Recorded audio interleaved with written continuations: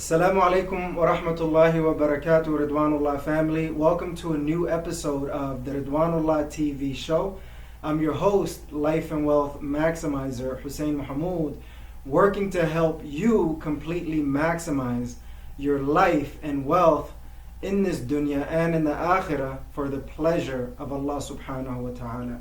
Verily all praise and thanks are due to Allah subhanahu wa ta'ala, our creator, owner and sustainer, the one who's worthy of all worship without any associates or intermediaries. And may the peace and blessings of Allah subhanahu wa ta'ala be upon the most esteemed leader and most honorable teacher, Muhammad sallallahu alayhi wasallam, his family, his companions, and those who follow him until the day of judgment. Allahumma ameen. And inshallah, in today's episode, I have a very special guest with me, Hamid Amiri, right? That is right. Yes. MashaAllah. I should have verified a long time ago. I didn't know the pronunciation of it. So Jazakallah khair for accepting the invitation to interview you. Really, really appreciate it, inshallah. Thank you for having me. I wanted to do this for a long time, but Inshallah. I guess Everything happens within perfect time. It worked out. Alhamdulillah. So, Alhamdulillah. yeah. Jazakallah khair. This is a long-time friend of mine since childhood. Right. High school-ish. I think that's considered right. childhood. We'll Yeah. consider it childhood. Alhamdulillah, we've been knowing each other since high school. Probably even before. I think it's high school for me and it's middle school for you maybe. Or We even lived in the elementary. same apartment complex, Yeah. remember? And we used to play basketball, Yeah. run around and stuff. So that's Same when we place. met. And we went to East High School, and Yeah, that's where. that's crazy. Yeah. Subhanallah. So just without further ado, would you be able to introduce yourself to the audience, inshallah? Sure. So my name is Hamid Amiri. I'm from Afghanistan. I don't know if you guys can tell from my clothes. This is a very traditional clothes that we Afghans wear. MashaAllah. And we moved down here about, I would say 21 years ago or 20 years ago. We came here in 2001 as refugees. And we lived in the same apartment complex with Hussein. And so initially when we came here, obviously like with other refugees, we didn't speak any English. So, you know, that struggle and everything that our family went through. And so high school wise, I went to East High School, and after East High, I always wanted to pursue being in the medical field. That's like a passion that I had. Yeah. So I started taking college classes at the University of Utah. And first, I remember I took my first chemistry class, and I struggled in that class. Yeah. And I was down on myself. I was like, no, I can't go into the medical field because this is the organic chemistries and right. It was Gen Chem. oh, the general, okay. And it was it's basic chemistry that you're supposed to know. Yeah. And I was struggling in that class, and I took my first exam, and I failed it. I failed my first exam, and I was so upset. I came home and wow, I mean this class is hard. I don't know how it's going to be in the future. Yeah. But I was like, okay, this is just the first exam.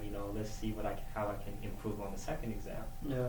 And taking steps, on that journey, and eventually I was able to do well on my other classes, on those chemistry classes, and yeah, then I went to pharmacy school afterwards. Inshallah. Graduated last year, and yeah, and now I'm working as a pharmacist. Alhamdulillah. Yes, so that's amazing, mashallah. Thank you. And my the journey that it took me to go get into pharmacy school was not easy. Yeah. But I had a lot of support system from my family, Right. and as well as being attached to your dean. That's another. I try to do my best. I try to pray 5 times a day and do all the things that is necessary for being a Muslim. Absolutely. And those things kind of helped me to get to my journey. How so? What? Any specific things? Because I know as students we always make dua during the finals week, right? Yeah. Just late nights, praying, and I remember one thing before I took an exam.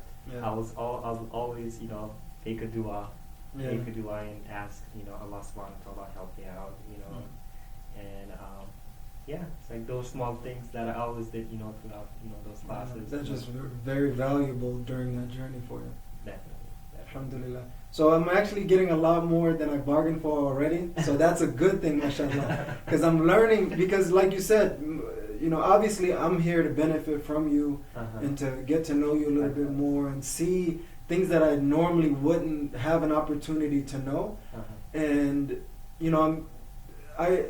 I give you a hard time because I call you a drug dealer, right? Yeah, professional drug dealer. He's a professional drug dealer. This is my plug, everybody. So I get literally legal stuff if I want to, within reason, from my drug dealer. Alhamdulillah, aka pharmacists, legal drug dealers, right?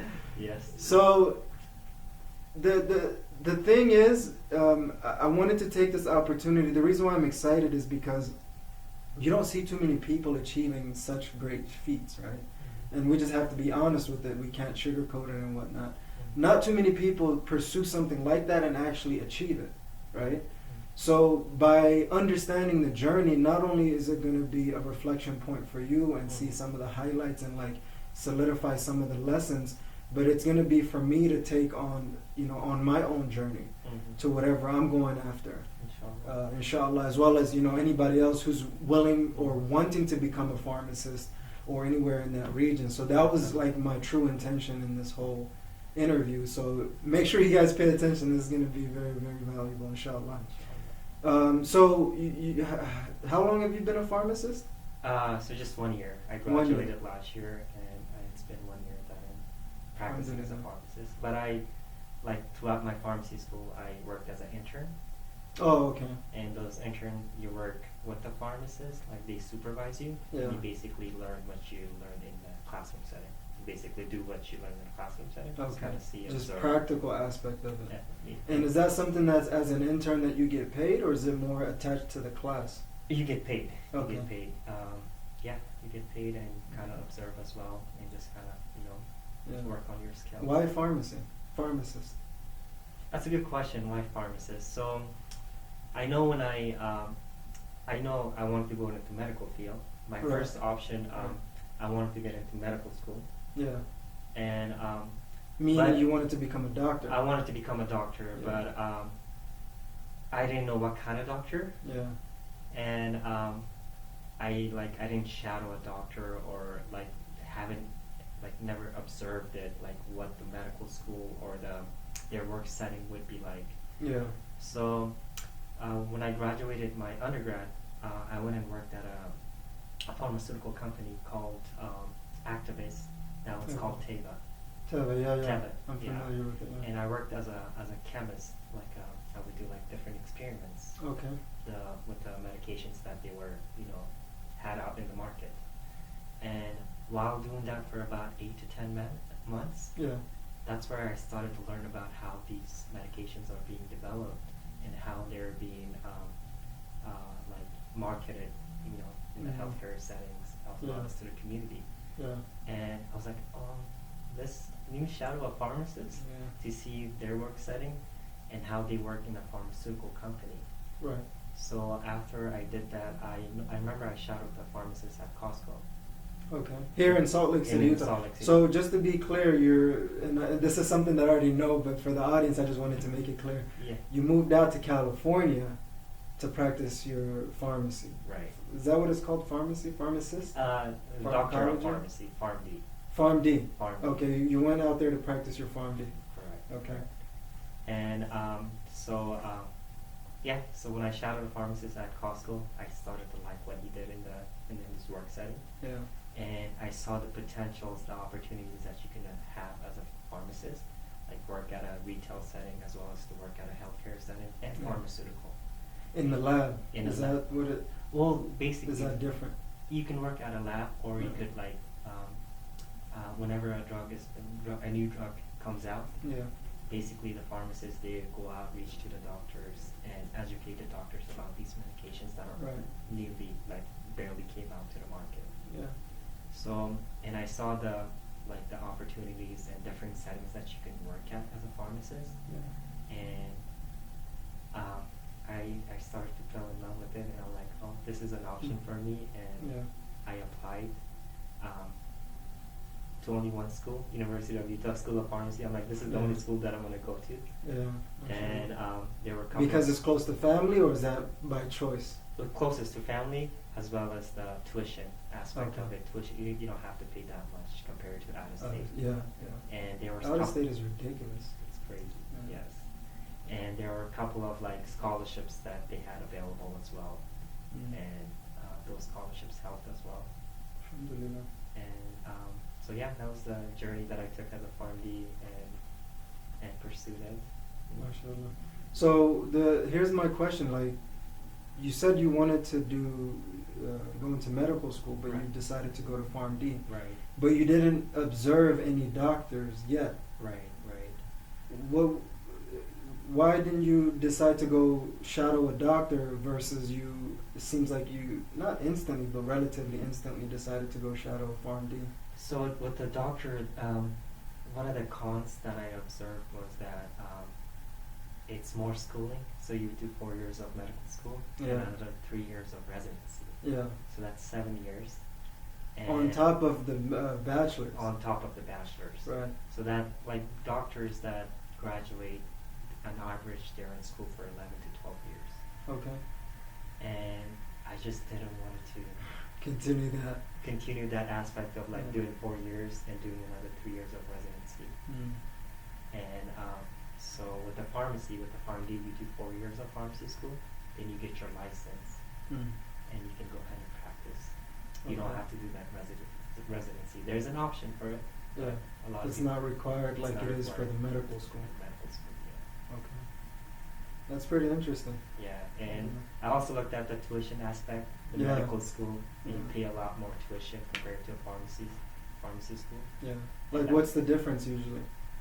So on average, like the pharmacists that graduate from pharmacy school, I would say they're in debt for 110,000, 120,000. And each year it's about 30,000 tuition. Okay. And for the doctor, it's probably like 180, 200. Okay. Yeah. 180,000. To 200,000. Yeah, that's how much for 4 So years. basically almost like double the price. Yes. Yeah. And 3 more years than the PharmD? Then 3 years of residency. Those residency, you get paid for it. You don't pay. So with the schooling aspect of it, is it 4 for both of them, PharmD, and then there's 3 additional years of for the MD for medical school? I think it's 2 to 3. I'm not sure the exact, but it's around that. And depends on where you're probably gonna be. Specialized. Some people specialize like in heart surgeon. Yeah, and that's a whole different beast, right? Yeah. Alhamdulillah.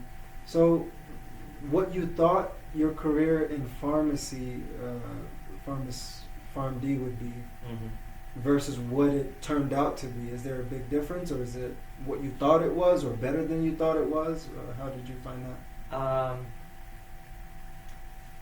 In the work setting, obviously, like in school, they don't teach you everything. They don't show you everything. Is there still the generalization of it, even though you went into the PharmD? Yes. And when you work, you actually observe, because there's always that aspect of there are goals that you have to meet, even as a pharmacist. Yeah. And if you don't meet those goals, then hey, you're not doing your job, right? Yeah. And I always thought that aspect wouldn't be there, like when you go to a pharmacy school or a medical school. Yeah. But there's always that where you have to meet their goals, like as far as money, as far as like sales, as far as getting customers. So there are criterias, and that I never knew that, that aspect of it in school. They never told us. But that's one thing that I learned while working is that it's really about the numbers. It's really about the numbers. They want the numbers, and that happens in a healthcare settings as well. Yeah. Like they want the numbers, they want the money, and that's something that I learned and realized. It's all about that. Yeah. Do you find that it was an easy transition into that world, or no? A little bit. I mean, it took a little. Like I had to kind of learn. This is what is expected of me, and that's part of my job. And I have to push for that because I'm working for the company, and in a good job of it. Yeah. These are the numbers that they're expecting, Right. and I have to, you know, Meet the quota, so to say. yes. And that could be taken as negative, but at the end of the day, it is a real life thing. You Right. know, certain things depend on it anyway. So. Correct. Alhamdulillah. And I'm sure it's, I mean, for other work settings, it's probably similar to, like, my brother, he's in IT. Yeah. I'm not sure if his work deals with more numbers, Yeah. but they do have, like, projects that they have to meet Right. and finish. And Yeah. yeah. I'm in inside sales, so I definitely know the numbers Yeah. and everything. So. It's probably a different setting with what you have to do, but it's similar situations. Yeah. So is it more of a leadership manager role then, including being a farm dean? It is, yeah. So you supervise your technicians. Gotcha. So there's a pharmacy manager, Yeah. and there's a staff pharmacist, which I'm a staff pharmacist. Okay. And you have technicians that you have to manage. Right. They can do their work without you checking their work. So Right. you want to make sure that the medications that The their dosages and everything. dosages are correct. They're Yeah. typing the prescriptions correctly in the computer system, Yeah. and you're checking their work. Right. And at the end, you put your fingerprint, which suggests that you checked everything Right. and they have done their work. So it's kind of a little bit of leadership there. Right. But the pharmacy managers, they have more leadership roles where they schedule their, Yeah. like work, as well as, like, what days they need to come in, as well as The general management of it. Okay. Yes. So you're mainly overseeing the management of the medications and the dosages. And okay. Yeah. Is that heavy responsibility? It is heavy responsibility, because if something can go wrong, Yeah. like if a medication, if you dispense a medication to a patient and that medication causes a side effect, Yeah. then your license is self-reliable, and there can be lawsuits. And Yeah. So yeah, The Spider-Man quote with greater, Yeah. with greater responsibility, something greater gives or comes with greater Right. responsibility. I'm butchering that, but yes. Yeah. does it weigh on you when you go home at night, or is that just something that's come with the territory? Well, I mean, we're humans. We do make mistakes. I made mistakes, and alhamdulillah, not like major mistakes. Like Yeah. I checked a prescription where, like the medication, it was the same medication, but the strength was wrong, Yeah. and we accidentally dispensed that medication. And I remember when going back home, I thought about that. Mhm. Like, what was I thinking? Where was my mind? Yeah. How did I make that mistake? Yeah. So it does wear on you, because you don't want to, you don't want. Luckily, it wasn't like the patient wasn't harmed, Yeah. but it's just like, The- the manager, to ask you a lot of questions that can happen. What did you do here? Yeah. As well as, like, The pressure of being a Pressure. rookie too. yeah. So yeah, I made a couple of mistakes, but just kind of learn with the experience. Just like anything in life. Yeah. Alhamdulillah. So, are you happy with the career choice, and do you see your future in that field still, or now that you got a full taste of it about a year, are you thinking about other things, or are you content with that? I am happy with my career so far, alhamdulillah. But I do want to put my foot in the door of like pharmaceutical companies. Yeah. That's where I want to get into in the future, inshallah. Rather than the storefronts? Rather than the storefronts, yeah. Okay. And kind of be involved in that aspect of like manufacturing of medication, as well as like distributing the medications out to the healthcare facilities. Those are the roles that I think gives you. I think I'll be happy with it more. I'm happy right now, but Yeah. I think it'll It'll be the next level for you. next level for me to kind of challenge me to be able Yeah. to learn and be able to provide the information to the doctors and to other healthcare facilities. I think it's going to be more challenging. Yeah. That's another Different aspect of it. different aspect of it. So is that more of like an executive level, vice president type of situation, or is that different? More of like, no, it'll be the same. The executive directors, I think you need more like 10 to 12 years of experience Yeah. just being in that pharmaceutical company. But these roles, It's just, having a little bit of experience working at a retail setting. Yeah. Once you have that experience, you can go ahead and like, what kind of position would it be, though? Like, I'm just trying to... I mean, if you don't know, it's cool, but I just wanted to have an idea of what that looks like. It's basically like an outreach positions, like you're basically educating doctors and like hospitals, hey, this medication, this is how it's good, this is how it's better than these other ones, and then basically so that the doctors can be aware of these meds, and you can go start prescribing the medications to their patients. And there's like clinical trials that the pharmacists are involved. Like when they're trying to like come up with a new medication, they do these clinical trials, and the pharmacists, they look up over all the data to see what reactions that the patients have when they've taken these new meds, how their conditions have improved. And basically once they look at that data, they obviously it's a community, they present that data to the FDA. FDA looks at all the data and they approve their medication, whether it's good or bad for the population. And I'm sure a lot of, with this virus that's going on, and pharmaceutical companies trying to come up with a vaccine, there's a lot of clinical trials that are going on, and pharmacists, doctors, nurses, they're all involved in these processes to help make the vaccine faster so that the FDA could go ahead and approve it. And the FDA looks at all these data, adverse reactions, how the patients, their symptoms have improved, all these data. And that's when they'll make their decision. Based on what's being presented to them. That's interesting to find because I never thought, whenever you're thinking about like a vaccine or something, you always think the doctors come with the solutions rather than the pharmacists. So it's good to kind of get that perspective of it. MashaAllah. So let's kind of shift gears a little bit because I do have a bone to pick with you, not with you, but about the pharmacy industry. Because like just to kind of start it off, and we'll get back to it, inshallah. You know how like most of us think pharmacists are just out there to make money, and there's all these negative connotations. I'm interested. Do you want to dive into it now or later?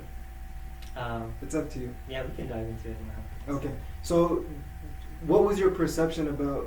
Even for me, till this day, I prefer natural remedies over like the manufactured medications and processed medications. So, since you're a pharmacist now and had that experience and went through that whole schooling and transition, what was your initial take on it? And what is your take on it now in terms of natural remedies versus pharmaceutical remedies?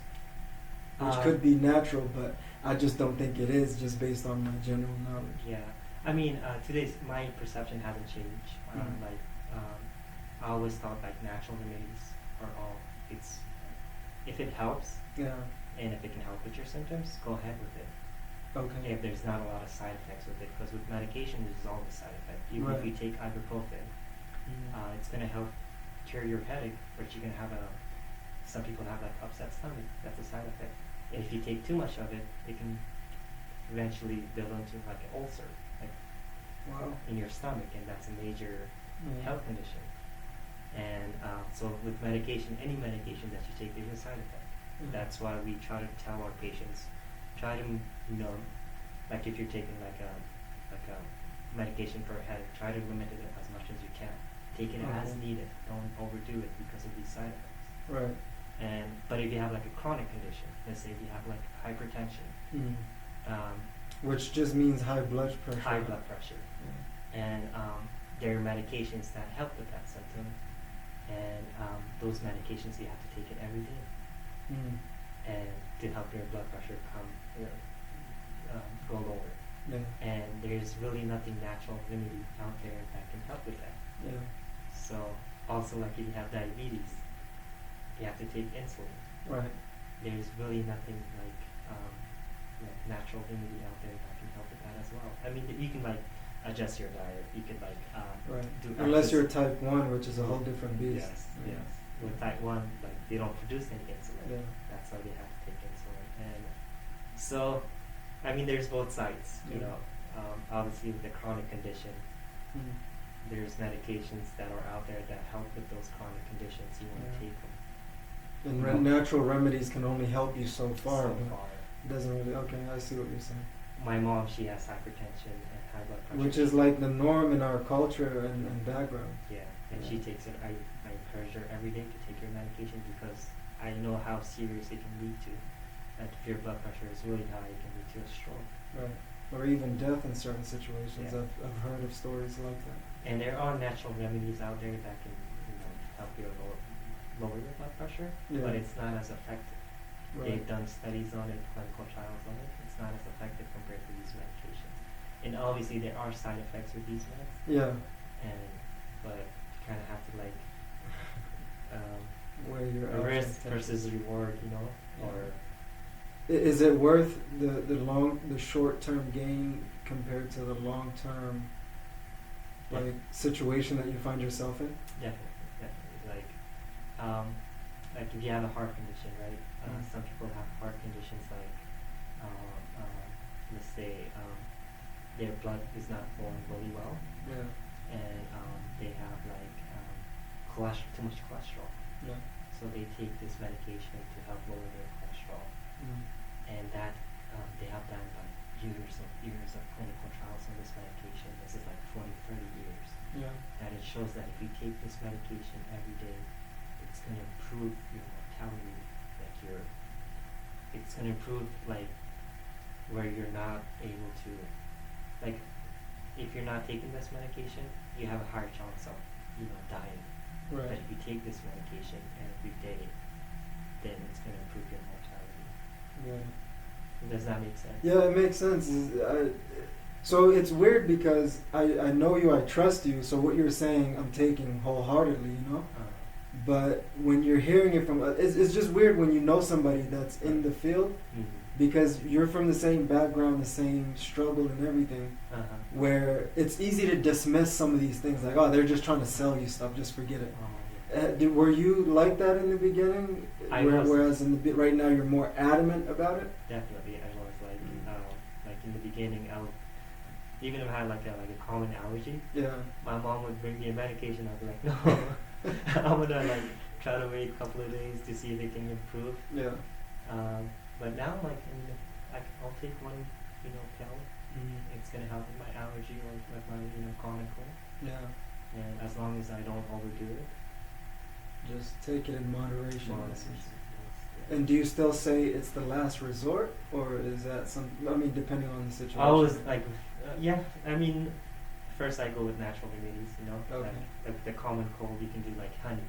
Honey is you just have a cup of warm water, put some honey, put some lime, just swirl it, and take that. That usually helps with my symptoms. Yeah. And so I always go that route. If that doesn't help, then I move on to that medication aspect. Alhamdulillah, it's very interesting. I appreciate that approach, because sometimes we get to a point where it's too late and then we try to do damage control.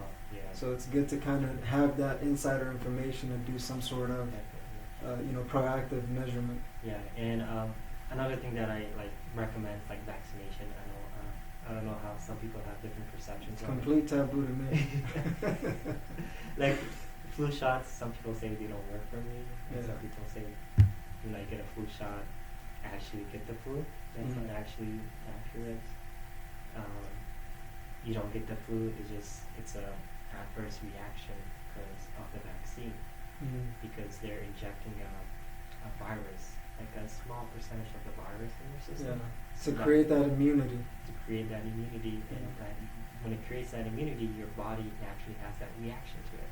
Right. Because it's hey, this is something new. So you have that, you get a little bit under the weather symptom. Yeah. It's not a flu, it's just how your body's reacting to that immunity. But it does help. They have done studies that it helps it helps 30-40% effective compared to a person that didn't get a flu shot. Okay. And especially with this virus that's going on. Yeah. It's good to be kind of be aware of your health system and of your health, and making sure that that's working all right. It's working. Alhamdulillah. What's the biggest shock to you? Like, what's the biggest thing that you learned that was like really surprising to you throughout your journey? Or like, what was the thing that you didn't expect the most? I know you mentioned about the numbers and stuff. Is there anything else that, I mean, it could be nothing, but is there anything else that was like another thing that really hard to process? So what I learned, like, I always thought that once you graduate from pharmacy school, it would be easier to get a job. And it's actually the time that I graduated, it's very saturated. A lot of people are graduating from pharmacy school. Yeah. And my the spots are, whatever's left of the spots are filling up. It's filling up really quickly, and I wanted to work in Utah, Oh. but I was not able to. Like, I applied to a couple of places, and they told me, "Oh, you don't have any experience, or we have other people that have like 5 to 10 years of experience." Yeah. So that's why I moved to California. Yeah. Luckily, I was able to get that job, and just so that's. I think is that what they probably sold you in the program? They make it seem easier, because I think I've experienced the same thing too. Definitely. Where they're like, while you're in school, you think as soon as I get out, I'm set with the job. But the job market, especially nowadays, it's just ridiculous. Right. Okay. Alhamdulillah. So let's take a different shift in this case. Where were you born? I was born in Kabul, Afghanistan. Kabul, Afghanistan. And Kabul is like capital of Afghanistan. And that's where your family is as well? Yes. Okay. Right now, my family, they're here, like my mom and my brother. Yeah. But I mean, like originally, that's where you guys are originally from. Right. Okay. Because most times people are like, for me, I'm not from the capital of Somalia. I'm about 30 minutes away. Flight, I would say, probably a couple hours drive. Oh, okay. So that's what I was just trying to understand. How old were you when you guys came to America? I was 12. About 12? Yeah, What do you remember in Kabul? 12. From your childhood? Not. Did you ever go back, by the way? Actually, last year I went back. Last year? First time since you left? No, that was my second time. Second time, Yeah. okay. Yeah, so last year I went back. So let's put those pause from your childhood, the 12 years that you lived there. What do you remember? What do I remember? I do remember that we lived at this very small house, and my dad actually. So this is so my dad actually passed away that time, and so what happened was that I was like probably like 3 or 4 years old or 5, and someone in front of our house, like a very elderly man, actually, because there's a lot of shooting and war that was happening, and this elderly man in that community was very well known. Everyone known him. He was very respected, and my dad knew this man really well, and so he got shot right in front of our house. We could see it from like our window, and but he was still alive. You know, he was his body was kind of shaken. And my dad, he actually worked in like in the army in Afghanistan. So as soon as he saw that, he's like, I'm gonna go and help this man out. I'm gonna help him bring it to our yard, so that way he's safer inside of our house. Yeah. This is a story that my mom has told me. Obviously, I don't remember this. Yeah, because I was like, when you were 3, how do you remember all but that? But I remember that I was by the window just playing with my toys, and so my dad went down to grab the man. As soon as he put his hands on the man and tried to drag him inside the house, and that's when my dad passed away. They shot my dad as well. And so that's what you remember from your childhood. Yeah, I mean, especially like where we lived. Yeah. Like my childhood, we moved a lot. We went from Afghanistan to Iran. Okay. And we went to Pakistan, because it was just so I much. didn't know that. Okay. There was so much war that was happening. Yeah. We were constantly moving, trying to find like a safer place. Yeah. And so we went to Iran. We were there for about a year. Things didn't work out. We came back to Afghanistan, tried to settle again, and that's when like the Taliban, they came and invaded everything. Yeah. And it was hard for people again, just war and shooting. Yeah. So then a couple of our family lived in Pakistan. They called us like, hey, why don't you guys move to Pakistan? It's much safer here. So we moved to Pakistan. Then that's when my mom found out about the refugee program. To come to United States. United States. Okay. And my mom, she filled out the applications for us, and the process happened, and we eventually ended up here in America. Alhamdulillah. And as you were telling me those stories, I realized, aside from our deen, the thing that connects us is we were born in war, and we went through the struggles of war. So I honestly didn't know that, but I think that's probably the benefit of just listening to the stories now. Yeah, definitely. And like in Afghanistan, that's the memory that I have. Like sometimes I have dreams about that, because it's such like a vivid memory. Yeah. And, because 3 years old, man. You remember a lot, but you don't remember too much either. No. Obviously, like my mom told me about the Filled in a details. couple of the stories. So would you say, may Allah subhanahu wa ta'ala have mercy on him, your father passing away was the most painful thing in your childhood? Definitely yes. As well as for my mom. Yeah. After my dad passed away, she struggled a lot. Yeah, She obviously, 'cause basically had it's- to as raise her 5 child, be the father and the mother be the father and the mother. of the household. Yes. And my oldest brother, he was probably like 10 or 11 years old, and that's just like a mother with 5 children trying to go to different countries, try to find a safer place. Yeah. And it's just like whenever I think about it, my hair just raises. It's like the amount of strength that our mothers have is unbelievable, man. It's just sorry to No, it's getting to me because I know how hard it is to raise a family with the mother and the father, But to, just I'm trying to put myself in her shoes, Yeah. But in a war-torn situation. But alhamdulillah. Alhamdulillah, man. Allah subhanahu wa ta'ala says, there's challenging times. Once those challenging times are done, then obviously there are times.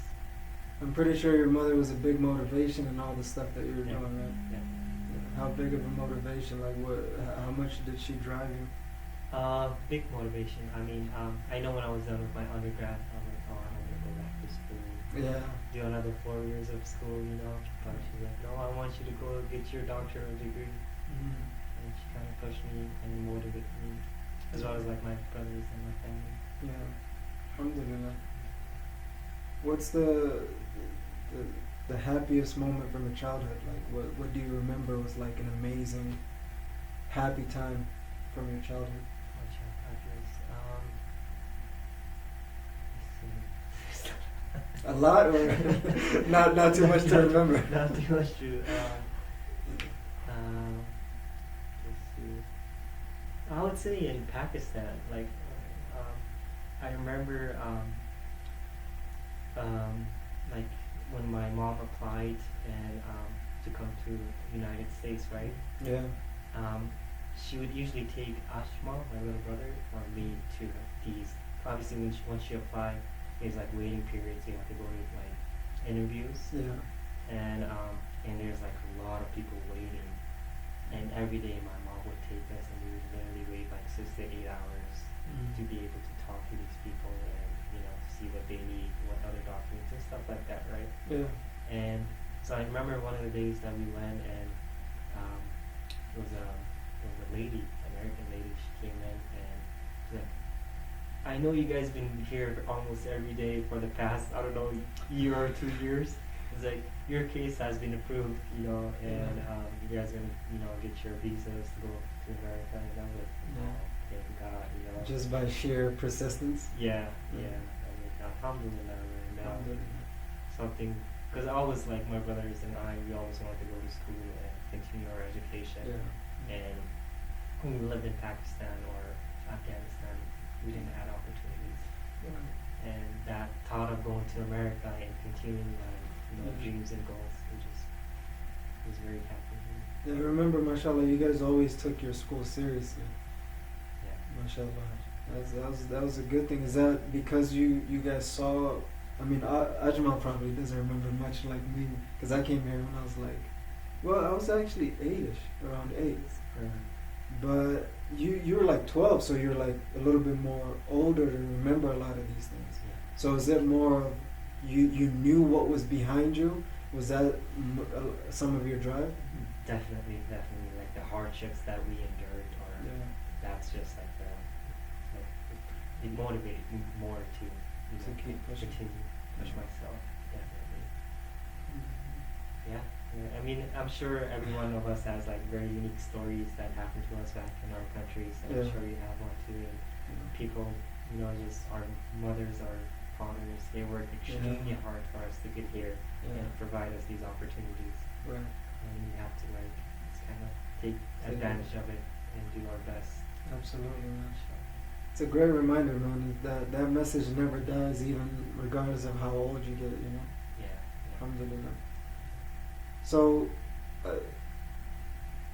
okay. So from you guys moved around from Kabul to Pakistan to Iran to Pakistan and then back, or you guys came from Pakistan? We came. So we moved from Afghanistan to Iran. Then we came back to Kabul, Afghanistan. Yeah. Then we moved to Pakistan, and we applied. And from Pakistan, we came to America. To America. This is actually the city that I came to. First city before I moved around and came back again. Oh, you came to Salt Lake City? Salt Lake City, yeah, Oh, 1997. I know you lived in Tennessee, right? Yeah, I lived in. So I came 97. I moved out to Denver for like a month or so, and then Baltimore, Maryland for like 2 years, and then Nashville, Tennessee for like 5 years, and then I came back here for high school. So I guess that's a cool thing that we can kind of relate on. Yeah. What was your experience your first time coming here? Like, what did you think about the promised quote, quote unquote the promised land? I remember we had our caseworker, right? That would help us, take out and go out and buy groceries and stuff like that. Yeah. And the first week we were like inside the home, our house, and I was like, I don't know where to go, because we didn't know anyone, right? Yeah, like nobody at all. Nobody at all. We didn't know anyone, and then after a couple of weeks, we met this Afghan family. They helped us. Yeah, it's good to have like friends and family. People out from the same country or even Islam as well. Definitely, kind of help you out. What was the biggest thing that you learned from that initial introduction to America? What do you remember? Like, is there something that sticks out to you most from that experience? How caring, the people here are, like they were so welcoming, It's like, hey, whenever you guys need something, here's our phone number. Whoever we talked to, right? They knew we're new here, and like everyone like our neighbors. Yeah. They helped us out. Everyone. That's pretty cool, man. Yeah. I kind of remember a little bit of that too. I don't remember too much, but I know people were giving us stuff and, like you said, extending their support. So that's an amazing thing. MashaAllah. What does the future look like for you? The future, inshallah, I'm probably moving back to Utah. I want to move back to Utah because my mom wants me. I want to be, close to my mom. Yeah. And hopefully, inshallah, my wife, she'll get her visa to come here soon. As soon as this virus is, settled. This crazy world that we're in right now. And just kind of like slowly, working on my deen as well. Learning as much as I can, and just gotta be close to my brothers and my family and friends.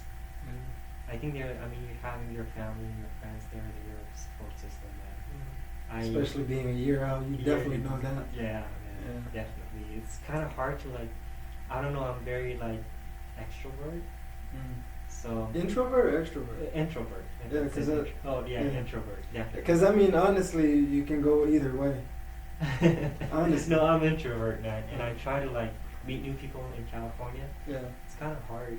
You said it was fast paced. Like how so? Like what do you mean? So everyone basically, because it's It's very expensive to live in California, Yeah. so everyone is working To pay those. to pay those bills. Yeah. Yeah, and it's very crowded. Mm. So let's say if your work is like 7-8 miles away, Yeah. the commute is going to take you at least 45 minutes. And here, 7-8 miles away. yeah, Yeah. because the freeways are always jammed. Yeah. And there's no back roads that you'll get there quicker. back roads are really hard. Yeah. And yeah, it's just everyone is just running around trying to, get their work done, get their, chores done. So that's what I mean by fast paced. Here you can actually settle, hey, I have my work from here to here, but I still have time to spend with my family, do my other stuff. Over there, It's work and that's it. that's it. You have your days off, Yeah. but That's how much barely- can you do with those 2 days off? Yeah. It's kind of hard. Yeah. But here, if you go to work and come back, you still have a little bit of time to do something else that you want to do. Yeah. Over there, it's kind of hard I can because the imagine. commute and the driving. Yeah. The heavy traffic The that heavy you can't traffic. beat. Yes. Huh. So that's So- what I mean by fast pace. Yeah. I mean, here is even getting more, like, the rush Yeah. hour is getting more ridiculous than Yeah. compared to before. Yeah. But I'm pretty sure it's nothing like Yeah. California. Yeah, a lot of people from California are moving here because it's just too expensive to live Yeah. over there. And the housing, housing. I think that's probably why the market went up here. Yeah. I remember houses that used to cost around 100,000 now is like easily 250, 350. Because over there it's like what? $500,000 to $1 million is like regular for them. Yeah. That's crazy, man. They come here, see the exact same houses for like $0.25 on the dollar. Definitely. I mean, a lot of tech companies are actually moving down here as well. From Yeah. California? From California because the space, these startup companies, Yeah. it's just the space is too expensive for them to have. So they're moving to like smaller cities or states, Yeah. and so they can build their offices. And a lot of them are coming to Utah, and that's good for Utah because that's going to create job opportunities for Yeah. people.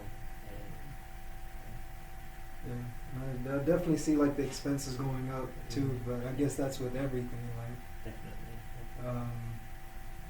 So what's your advice for someone who's looking to get into pharmacy, who's trying to become a pharmacist, going through that whole process, whether they're in high school, maybe they're in college, or they're ready to go into the program? Like, what would be your best advice for them? I would definitely say have an open-minded, and you want to first the field that you want to get into, not just pharmacy. If you want to go into IT or if you want to be a doctor or a nurse, whatever. Yeah. Shadow someone that's working in that field. Just Okay. kind of observe what they're doing on their daily basis, Yeah. and kind of see yourself if that's something that you want to do for the rest of your life, for your career. Yeah. Kind of like have those thoughts. Mm-hmm. And when you're taking college classes, always have an open-minded. Take different classes. Your first year, take do a biology class or chemistry class, and they have electives, right? Yeah. Take an IT or computer science class to see how you like that class, Yeah. and that kind of gives you an open-minded. Hey, Yeah. I don't like this area, or my skill set is not Yeah. set for this area. I'm more suited for this area, so that's gonna help you out. Mm. And just kind of network. And how you network is with your friends, people that you meet in your classes, Yeah. talk with your professors, Yeah. and I found that out late. Thank you very much. I didn't know you could talk your way into an A before. I'm pretty sure you knew this a long time ago. Okay. And and just shadows. And that's the advice that I have. Yeah, that's well-rounded advice. Stuff that I could actually use right now. So that's how you know it's a good advice, mashallah. Alhamdulillah. So how's Ramadan treating you? I wanted to segue into the Deen, because I know you guys, mashallah, are a family of Deen, and there has to be a story behind that. So what's the story behind that?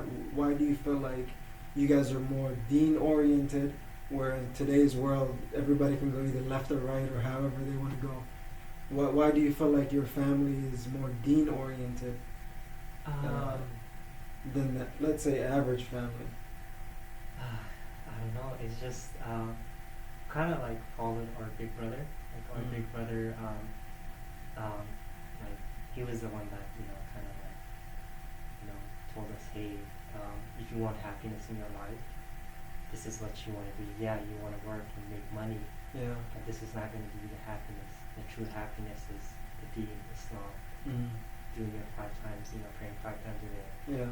Giving sadaqah, trying to help your neighbors or your family, whoever that needs help. Yeah. And like learning about the Deen.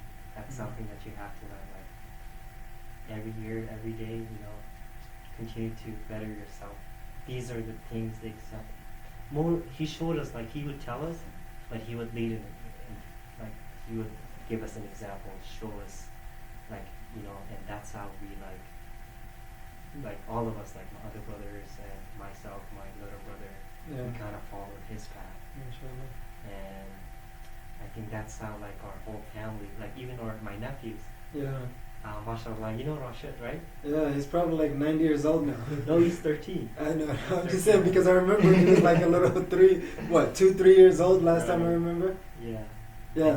And this year, he's fasted the whole day, like the whole 21, like every single day. And Mashallah, 13 years old. 13 years old, and it's just kind of like he's seeing what we're doing, and kind of like following our examples. I think that's like it's like kind of like I would recommend like just kind of having a role model, basically. This is my role model, and this is what I want to follow. Yeah. And just kind of like asking questions and learning about the Deen Islam. Yeah. And that's what helped me, and that's what helped my brothers. So having your older brother as that leading example. Definitely. And he was like our role model for us, for me, for my little brother. Yeah. And to this day, like he would like send us like hadiths, videos. Like we're working, obviously, right? He would send us, hey, you guys should listen to this hadith. It's a beautiful talk. Or this is a hadith, or a lecture, or a reminder. He would send us these. He would every day, like not every day, but like almost like every 2 weeks. He would send us, and I would listen to it. It's just like a reminder, kind of like refresh yourself. Yeah. Alhamdulillah, that's amazing, man. I think that's something that we take for granted, is having that type of leadership and role model. Definitely. So alhamdulillah, it's amazing. So what's I don't know how to phrase this question. I was gonna say what's your favorite part of the Deen, but like I guess what I'm trying to ask is what's been the most helpful thing in your Deen? Like what comes up to you reoccurringly that you feel like this is a good reminder for you, or something that has helped you in your life within your Deen? What's been most beneficial, for lack of a better word? Beneficial? So like, what's the thing that you appreciate the most? Let's put it like that about your Deen.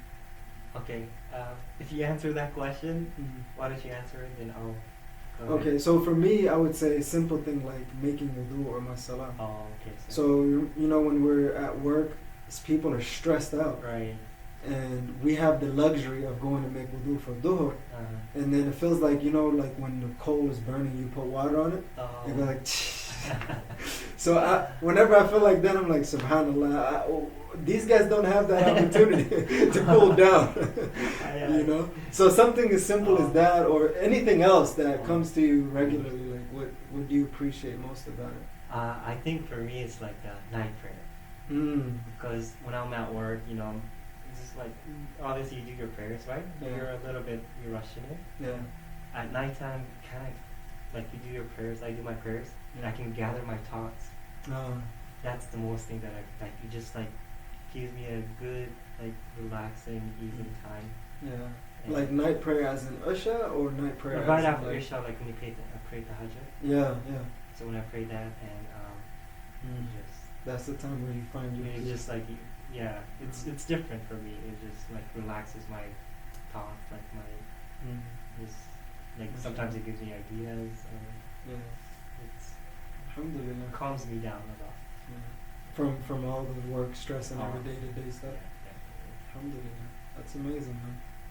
So the last few questions, kinda in the final lap right now, alhamdulillah. What's been the most successful thing that you've accomplished so far in your life? Like, what was the biggest success that you've had so far? The biggest successful, I would have to say, finishing my pharmacy degree. I remember putting a lot of hours, staying up till like 3 or 4 o'clock in the morning, studying, and also working on the side. So I would like take like 18, 20 credits, right, for pharmacy, and I would work like 25 hours a week. And it was just kind of hard to balance the school, the work, and also finding family, finding extra time to study. Yeah.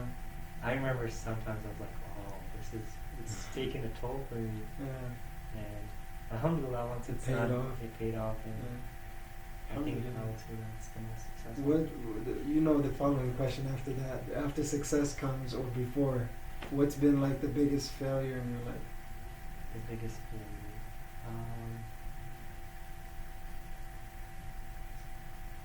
I would have to say,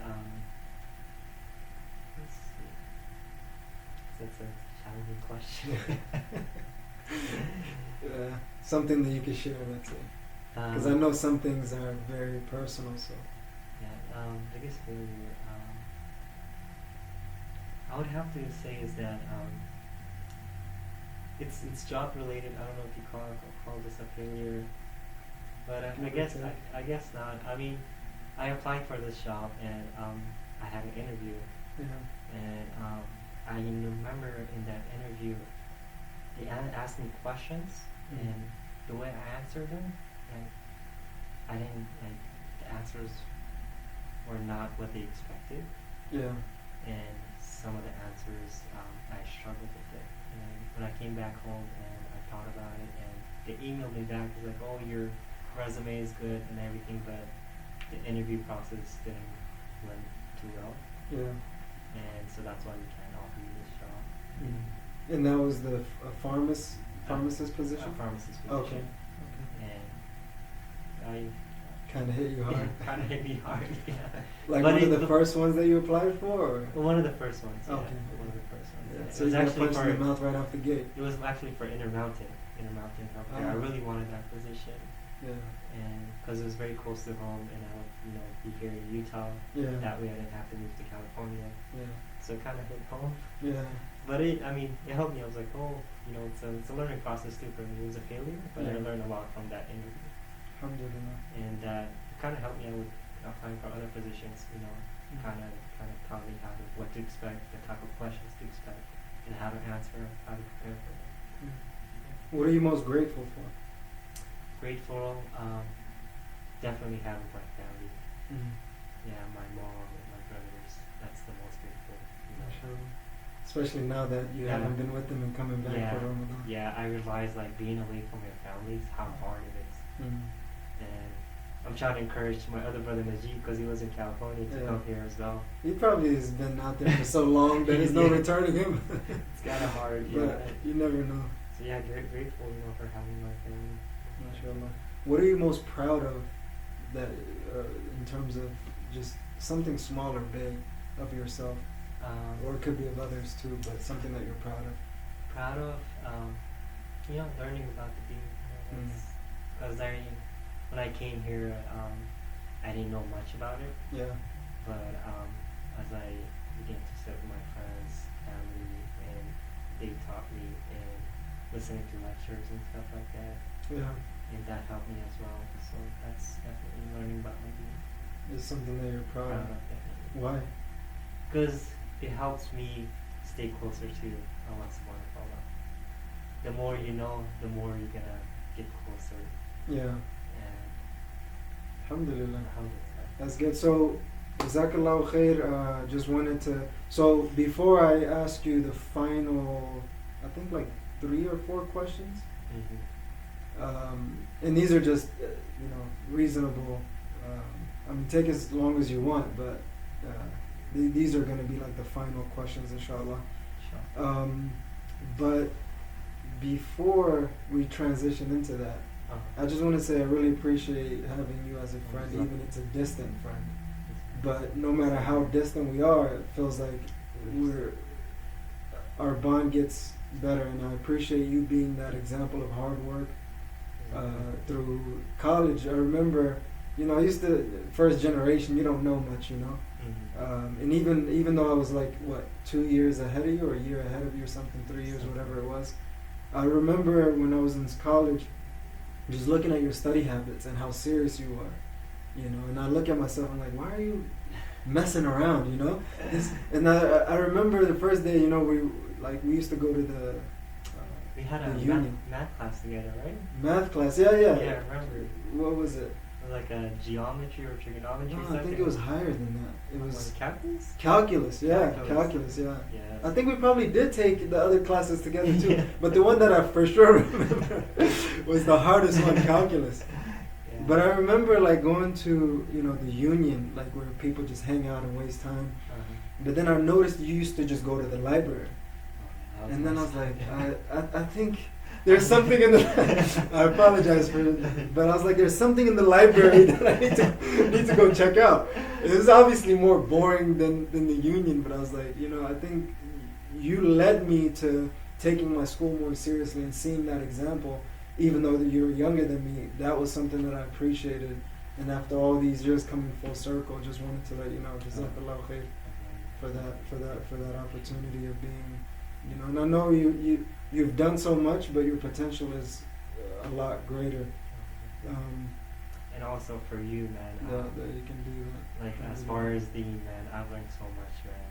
Through your talks, the talks that you give out on Facebook. I listen to them. Mm-hmm. I know I don't make comments all the time, but you have, mashallah, man, you have, the influence that you have for the kids, for teenagers, for us. It's big, man. Alhamdulillah. Jazakallah khair, man. Give you more sadaqah. For all of us, inshallah. Jazakallah khair. Just wanted to show my appreciation, because sometimes we go through life and not really, express that to people. And I just think that this was a wonderful opportunity for me to do that. So Jazakallah khair. Let's say years from now, your time, this world is up, and you only have 3 nasiha to leave with the world, right? Whether that means directly for your family, your loved ones, or for the whole world in general. You can only leave 3 nasiha, meaning these are the things that you believe and know to be true. What would be your top 3 advice? It's a hard question. 3 nasiha. I would say first one, being close, learning as much as you can for your deen and practicing. Yeah. That's one thing. Second would be being closer to your family. Okay.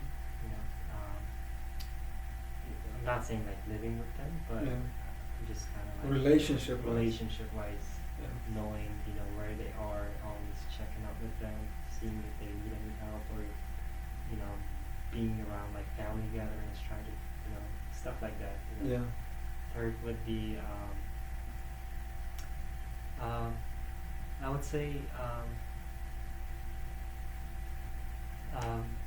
obviously work. Whatever work that you're doing, it doesn't have to be a higher end position, but do your best at it. Do your best at it, and try to learn as much as you can. Yeah. And just don't settle. If you had a good position, try to see how you can move up. And learn that skill set. Yeah. I know it may be challenging, but those are 3 nasihas. Those are very powerful, and they're in order, by the way. MashaAllah. That's good, because you want to be connected to your Lord, your family, and the support system that you need to support them. So perfect. Jazakallah khair. Last question. Obviously, this is Ridwanullah. This is about the Ridwanullah Show. Just means the pleasure of Allah subhanahu wa ta'ala. So what does the pleasure of Allah subhanahu wa ta'ala mean to you personally? Pleasure. Just giving us the opportunity to, be grateful, to practice our deen. Some people, especially here in America, some people are not privileged, like in other countries, to have what we have here, as far as like food or like daily living things that we have here. They don't have them out there. True. And that's something that I always tell myself, to be grateful for what we have here. And because you can be taken any day. And that's something that I very that's something that I think Allah subhanahu wa ta'ala gives people that, and some people Don't have that. don't have that. And that's something that we have to be grateful for. Alhamdulillah. Jazakallah khair. Jazakallah khair. Really, really appreciate it. No problem, man. I was looking at the time. I was expecting it to be like 30 minutes. It's almost it's actually an hour now. Oh. So alhamdulillah, I know Ajmal probably felt the whole hour. But alhamdulillah, I really, really appreciate the acceptance of the invitation. I genuinely enjoyed learning. Wallahi, mashallah. A lot. What I like is like I get to interview people, and whatever lesson that they struggle to learn, I take it upon myself and I remember it throughout my life. So that's the value that I get from it. Alhamdulillah. So jazakallah khair for the wonderful opportunity. Really appreciate it. My pleasure, inshallah. Jazakallah khair, Ridwanullah family. That's pretty much it. Very, very valuable interview. Hopefully you guys took a lot of benefit like I did. And inshallah, leave your comments below on what you thought about this interview, my brother Ahmed, and what questions you might have for him. I'm pretty sure here and there he'll look in the comments and hopefully answer some of the questions for you guys, if you guys have any particular questions for him. And where would they be able to connect with you if somebody wanted to connect with you? Facebook, I have like Facebook? Facebook, yeah. And it's just your first and last name? Right. Hamid Amiri. Yeah. Hamid Amiri, okay. So connect with him through Facebook. Any other questions you guys might have, you can direct it towards him, inshallah.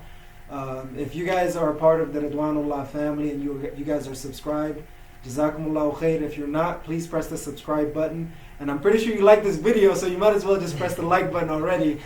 Make sure you leave your comments below and share this with your family and friends, because sometimes these types of interviews help those individuals who are looking to achieve the things that my brother Ahmed and guests as such have achieved. So something that they've learned throughout that process will definitely help them, inshallah. So share this with them. It'll also help the channel grow as well, bi-idhnillahi ta'ala. And that's pretty much it. Jazakumullahu khair, Ridwanullah family, for tuning in to a new episode of the Ridwanullah Show. I'm your host, Life and Wealth Maximizer, Hussein Mohamud. Checking out. I'm laughing because don't put me out of character. Checking out by saying, never ever give up on completely maximizing your life and wealth in this dunya and in the akhirah for the pleasure of Allah subhanahu wa ta'ala.